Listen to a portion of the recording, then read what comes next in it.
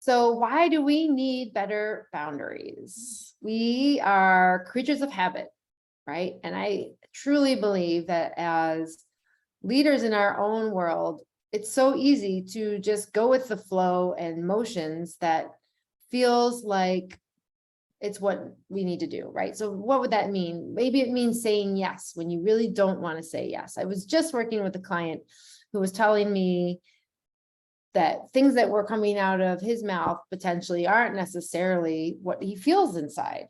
Who can relate to that? It made so much sense to me.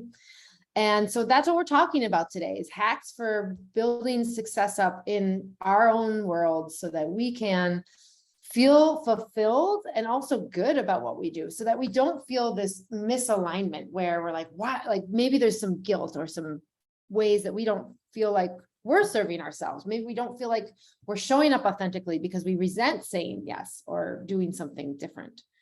And so that's not okay, right? We want to be aligned and we want to be able to feel, we want to feel like we're showing up in our purposeful, authentic selves that we're feeling okay with. And so I've got these 5 hacks today we're going to go over, but just let me know if you're here. Drop a hello in the chat, in the chat here. No worries if you're not there, but hello, it's great that you're here. Yes. So what we're going to do, so the first thing I'm going to say in these hacks. So the first hack, I think, like go back to the drawing board is kind of where I go with this. The first hack is you like listing out your list of non-negotiables. So what are the things that are really potentially energy drivers for you? Things that you know throughout your 24-hour day that you typically have are the non-negotiables for you. So that might be, I need to go outside once a day, right? Like the little things. It doesn't need to be crazy. I need to eat 3 meals, or I need to have my morning coffee. That's a non-negotiable with cream, as I like to do now myself. Yeah. So what, and all of our lists will be different, but when we are actually writing these down, so this is what's so cool. And I think I mentioned this recently in another training, when we write things down, which is why I wrote Pause the Journal, because it's such a powerful way. Journaling is such a powerful conduit for change. Our brains are actually in a different mode. They're in the reticular activating system, the RAS, right? It's called the RAS. It actually is telling you it matters when it sees it on paper, writing it, which is different than actually typing it. Like there's literally neurological connections through the writing brain and the thinking brain, where it says, oh, hey, this is on paper. I'm seeing this word. It matters. You're literally creating value and importance in the things that you're writing, which is why it's important to make the list. Does that make sense? So give me a thumbs up or a heart if you are on board for that. Your list doesn't need to be long either. This could be literally 5 things, 2 things, 1 thing, right? But they are like your hard line in the sand for what you know you need in a day. And if you're not really sure what to write down, maybe you're like, I don't know what I need, Rachel. I just know I got to do my work. All right. So just break it down a little more. Continue to go deeper and be like, well, what does that look like for me? Does that mean I get my top 3 things on my to-do list done? Just try to be as specific as you can. But I would think about this like the things that bring you energy. Okay. So the non-negotiables that you like, that are good for you. Okay. And it might even be, yeah, like let's say you've got a little one at home. It might be feeding the baby. That's a non-negotiable. You probably need to keep your baby healthy, alive, and well, right? And full of love. So that's a non-negotiable too, because that would be a boundary then that we could create that helps you get there. Okay. So that's the first hack. Got your list. And this could even be 1 piece of paper, but again, it's really critical you write it down. It's not about thinking it. Writing it down, preferably like manuscript handwriting, not typing. All right, the second hack is, now that you've got your list of the things that bring you energy, your non-negotiables, what is the list of the things that drain you in a day? So this is kind of the other side of it, the 180. What are those things that are not serving you? So type into the chat if anything's coming up here. What is the list of draining things? For me, oh, we gotta think about this one. For draining, it is when I don't take a break now, actually. If I'm just powering through and I eat lunch at my desk, which I do still sometimes. Now that I'm working from home, it's so easy, right? This is where I work and I can eat here. And it's like da. So that drains me because I'm like, oh, shoot, probably saying another S word there. This is not conducive to me feeling fully energized, like really in my fulfilled moments. So that's one. Eating at my desk it drains me. I actually don't feel excited about it. And it's like, I want to change my environment. I want to maybe sit at a table or outside or go out or whatever that might be. List of draining things. What else drains you? Might be doing the dishes. Who here, maybe cutting the lawn if you have to cut the lawn, or just chores, right? These are things that may not be your favorite top of the list things to do, but do they run you out on your battery? Okay. Staying up too late. Okay, so we're getting the idea. So there, your list of draining, and you could even put these on one sheet of paper, fold this paper in half lengthwise, and then they're right next to each other, right? So you've got this list of non-negotiables, and then you've got your list of draining things. Working too long, right? That could be a draining thing, like not shutting my laptop down. Spending too much time on social media. I actually don't like that. I feel like I'm cross-eyed and then I'm not able to go to sleep at night, right? Spreadsheets. I'm not a big spreadsheet fan, and then I don't want to do that. So I'm just making some examples up here, but you're getting the idea, right? So those are the things that you could have as draining you. So those are the first two hacks. Because now you've got a list in front of you. How do you feel when you read and look at this list? Does it feel empowering or disempowering for you? My guess is it can be pretty empowering, because now you've got at least a sense of the things that excite you and light you up, and the things that drain you or deplete you, right? And so now we know where we're starting, and I think that that's a good thing. So even if it feels a little overwhelming to look at that draining list, think about it like a holistic approach. Like, wow, both these things, that's so cool. I now have a tangible list of things that aren't really going great and things that are going great. So remember to focus on both. Yeah. So those are the first two hacks, having those. The third hack is now to create one or max two rules that will help you orient towards this list of things that nourish you and keep you fulfilled. So a rule, why would we want rules? So think of a rule like your own rule of your operations, and you get to create it for yourself, right? So like, you're the CEO of your to-do list. Here's what I'm going to put in as a rule. An example of this, and this is like what was my case, and I'm thinking about my pause, this was in the book. I would leave the house by 10:30 a.m. every day. So the rule was leave the house by 10:30 a.m. Another rule was make my bed before I get out of the bedroom.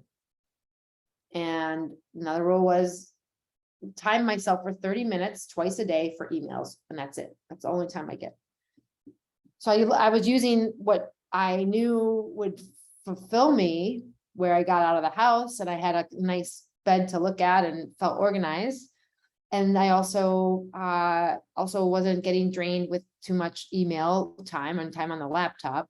And all of that served me to set boundaries. So you're actually starting with yourself to set boundaries is super powerful, because then you're able to step into that and practice it for yourself.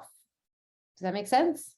We'll worry about the next step, which would be to tell other people about this too, right? So you can do that and set a rule up where I have a do not disturb sign for 1 hour while I get the things I need to get done, the top 1 or 2 priorities on my list to do from 11 to 12 p.m. because I know that's my most productive time.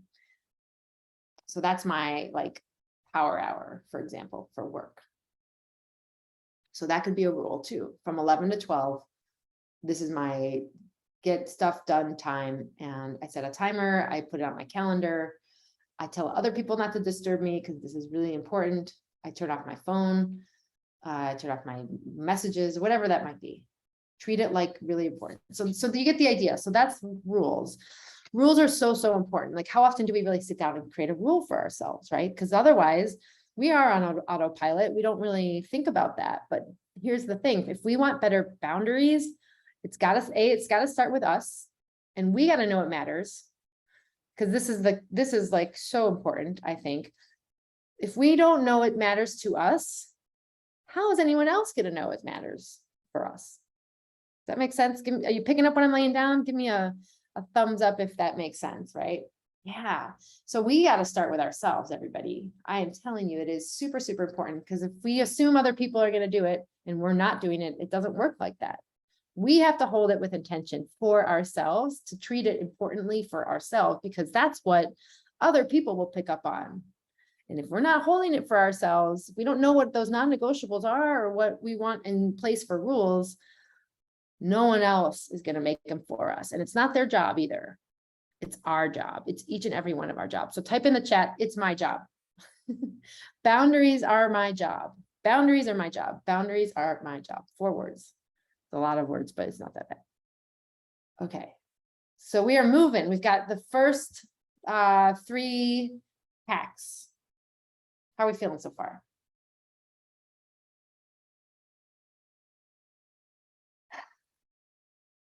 Does it feel energizing? Just like, what would you put this on the list? Would it feel energizing to be creating this, or does it feel draining? And if it feels draining, just notice the feeling you're feeling right now as you are feeling this. If you feel anxious, overwhelmed, fear, that's okay. Just notice it, because it's new. Of course, it's going to be something that feels a little scary. That's what happens when we do new things, and it's totally normal. So you can also tell yourself, okay, you know what? This is new and it feels a little scary, but I'll be okay. This is for me, in service to me, and doing these things that help me feel more empowered and feel more confident and like I can do this stuff. Okay. Awesome. So that was the rules. So let's move into the hack number 4. Hack number 4 is to expand boundaries, which means whatever you've got, think of it like you're at the center of whatever you've got. And then as you expand your rules, or maybe set limits for others, or say no, these things that are like power hacks in themselves, your boundary gets bigger for you. There's more space created, literally. Like, everyone take your hands. Start like right now with your hands together in a fist, and then move your hands outwards. This is how we remember things, by the way, is when we bring in active learning, and we can do things with our bodies and like literally build it into cellular memory, right? So this is you expanding your boundaries right now as you listen to me, and just keep doing that. You can make sound effects if you want.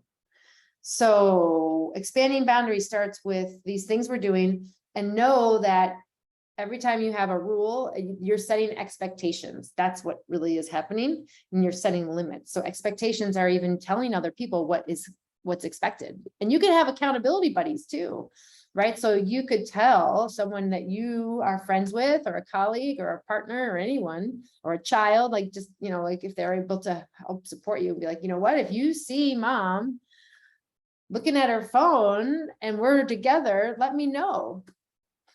Because I'm trying to work, because I'm actually practicing not working on my phone later in the day. You don't have to give them all the rules, but you could share if it was, in context. Okay. Like, if it's a partner, be like, you know what, I'm really excited to be setting this rule up for myself, to not have technology at the dinner table for all of us. If you see me doing that, will you help me and just call me out on it? I would so give you props for that. Or anything else, right? Like, it's just, thank you. Saying no is a way to expand your boundaries too, right? Easier said than done. But everyone just say no out loud right now with me on the count of 3. Ready? 1, 2, 3. No. How was that? Did you do it? And if you didn't do it, I challenge you to do it. Do it now then. No. And the word no, when you say it, how does it feel in your body? Like, this is like going a little bit deeper into the somatics of it, but it feels tight to me when I say it, no, right? And so, think of it like this too. You could say, instead of thinking of it like saying no more, what if it was saying yes to yourself more? Yes to you. No means yes to me. So say the word yes out loud. Yes. Yes. How does that feel in your body? I know for me, it feels open. I feel it like right here in my, what is this? Like a heart. Yeah. heart chakra, heart area, lungs, like the chest. Yes. And it feels like a relaxed opening for me, which is an example. So if I'm saying this because a lot of times we just feel resistant to the word no, because it actually doesn't feel good in our body. The stat I have is that I think the average time, the number of times a child under 3 is told no, an hour is like, oh my gosh, what is it? I forget. This is a stat I know from my training. I want to say it's like 9 times an hour a kid hears no. So of course we have negative, like negative connotations to it, because kids want to do everything. So we have to set those boundaries for them. Just think about that, right? Like the kids need boundaries all the time so that they can function and feel safe in a way where they're not always like testing the boundaries, because they don't have the limits yet, right? So we need to do the same thing for ourselves and remember that even if I say no, it means yes for me. And then if we feel guilty about it, this is the other part of this, right? If you're experiencing like, oh, I just feel so guilty when I don't help out my Aunt Josephine and her groceries, right? So just think of like no means no, not right now. And maybe there's a different way you can do this. Maybe you can't help every Tuesday, but you help every other Tuesday, or for 15 minutes, you set a time limit for it. And that's something that can feel risky, but also know that this is yes for me. The guilt is simply a combination of complex feelings, like complex additive feelings that aren't really sorted yet. Guilt can be made up of fear or sadness or anger or hurt. And it's going to be different for all of us, but just know that that's really what's going on. And you can just decide, make the choice to say, you know what, guilt is not necessarily what I need to focus on. It's not serving me. I just feel fear of doing something different. And so I'm going to choose to say yes to me and try this out. I'm just trying it. It's an experiment.